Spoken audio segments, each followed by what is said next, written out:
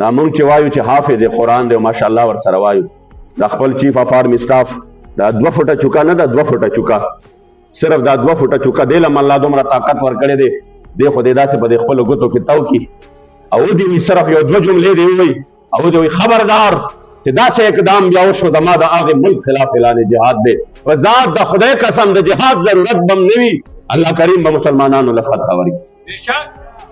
غیرت چې کوم دی یو پکار دی خو چې کوم انسان په قرآن غیرت نشي کولی تاسو ګوره د ملک خلاف خبره وشي د ادارو خلاف خبره وشي د عدلیې خلاف خبره وشي همدارنګه چې کوم دی دا مقدس ګای چې دي د دې خلاف خبره وشي نو په دویم اوریا د پولیس خلاف خبره وشي نو دویم ورځ باندې غریب د کور اوچت کړي او په تاڼه کې دومره والي چې مخ سره په پړسولي او بیا ته ویډیو جوړ کړي او هغه ول ډایرکټ په سوشل میډیا باندې وایرل کړي ولې د ډي اس پی صاحب خلاف خبره کړې و د پولیس خلاف خبره کړې و د چیف اف آرمی سټاف خلاف خبره کړې و د ادارو خلاف خبره کړې و او بیا هغه دومره مخ سره ول پړسولي چې ویډیو ته کړي او ماته یو بل پورې ټوکې کوم وای سافټ ویر ول اپډیټ دا څه ده کنه ده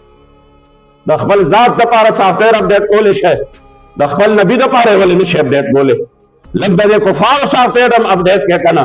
لگ د ګستاخانو سافټ ویر هم اپډیټ کې دا غي د لپاره خو موږ روډونو ته راوځو دا غي د لپاره خو موږ منتونه کوو دا غي د لپاره خو زموږ تنکی ځوانان خپل ځوانۍ پیش کړي په سینو باندې ګولۍ خوړې تاسو ورسره ظلم دومره ډېر وکړو چې د ظلم امتحان پې وکړه خو د الله رسول کرم دی چې هغې مو لرې نه کړل د خپل مشن نه مو اخوا نه کړل ورنه دلته خو یو شل نه فایر شوی چې بیا میدان خالی پروت دی یو چې کوم دی معمولي فایرنګ یو ډز نه شوی د هغې سوچرۍ نه وي لګېدلې چې نه د جلوس نوم وي نه د جلسې نوم وي نه د جنون نوم وي وي فلانې چې کوم دی په وجود باندې وي په کپړو باندې څلور ګولۍ چې کوم دی ولګېدې او څلور چې کوم دی ګولۍ د هغه د کپړو نه وتلي دي خو بد شوی دی مې عجیبه خبره دا ده صرف کپړو کې سوري شوي دي بد شوی دی سینه یې نه ده لګېدلې زخمي شوی نه دی او بیا نه د جماعت نوم شته نه د جلسې نوم شته نه د لانګ مارچ نوم شته نه هغه جنون شته چې خپل ځانونه یې قربانول ما دا خو لبیک والا دي